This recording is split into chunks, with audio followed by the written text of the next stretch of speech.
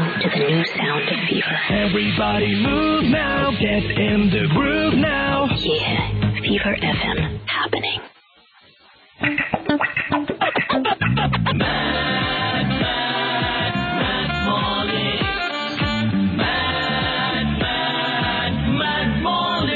Good morning and a mad morning to you. তুমি শুনছো fever 104 FM and as promised I am back এবং নিয়ে ফিরে এসেছি আজকের আমার স্পেশাল গেস্টকে।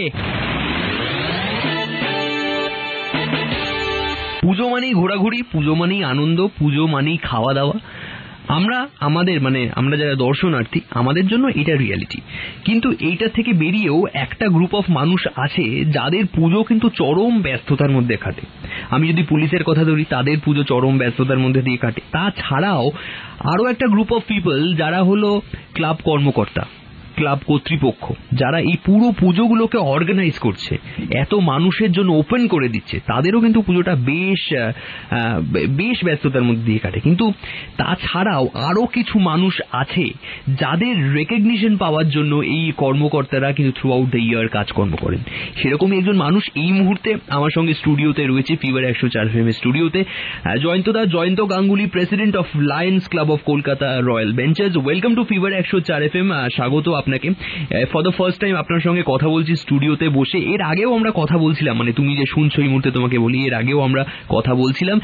এখন তোমার সাথে কথা বলছি এই মুহূর্তে, আর আমরা দুজন নেই, অনেকে আমাদের কথা কিন্তু শুনছে। এবছর আপনারা একটা ইনিশিয়েটিভ শুরু করেছেন যার নাম পাঞ্চজন্য। একটু খুলে যদি বলি, Lions club of Kolkata royal benches presents Panchajanya award, এই জিনিসটা কি যদি একটু গুছিয়ে বলতেন। আমরা অ্যাকচুয়ালি বিগত কিছু বছর ধরে অ্যাওয়ার্ড দিয়ে আসছি, দুর্গাপূজা অ্যাওয়ার্ড। এই বছর থেকে আমরা এই পাঞ্চজন্য এই অ্যাওয়ার্ডটা শুরু করি এবং এটা একটা ফিনান্সিয়াল অ্যাওয়ার্ড হয়।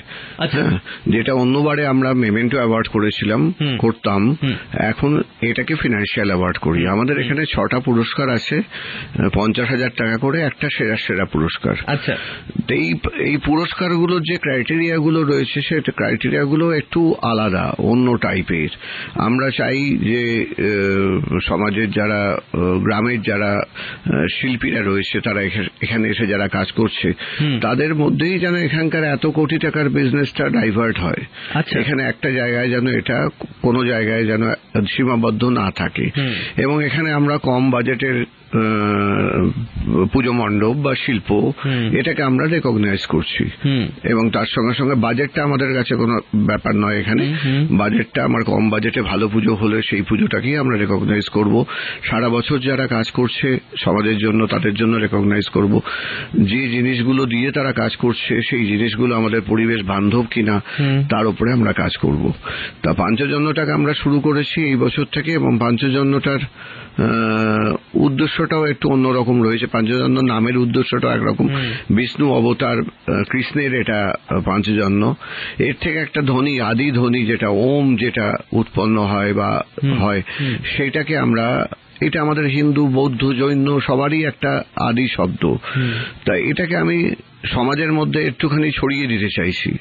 তার কারণ একটাই, সেটা হচ্ছে যে সমাজে এই ওম ধ্বনির অর্থ হচ্ছে সাম্য, মৈত্রী, শান্তি, এটা যেটা আমাদের এখন এই সময় বা তার আগেও পৃথিবীতেই খুব খারাপ অবস্থায় রয়েছে, যে জায়গাটা চলছে এখন। এই জায়গাতে সবাই শান্তিতে থাকুক, সবাই শান্তিতে হোক। এই ওম ধ্বনিটা অনেক রকম ভাবে সরানো যেতে পারে, মোটিভেশনাল স্পিকারের মারফত, আমাদের মারফত। আমরা যে অ্যাওয়ার্ড সেরিমনিটা করব, তারও উদ্দেশ্য আছে যে এখানে এই ওম ধ্বনির ওপর আমরা কাজ করব। কথা এখনো কিন্তু বাকি রয়ে গেছে, এবং সেগুলো শেষ না করে জয়ন্তদাকে স্টুডিও ছেড়ে কোথাও কিন্তু আমি নড়তে দেব না। ইনফ্যাক্ট আমিও কোথাও যাচ্ছি না, এখানেই আছি। তোমায় ছেড়ে আর যেতে পারলাম কই।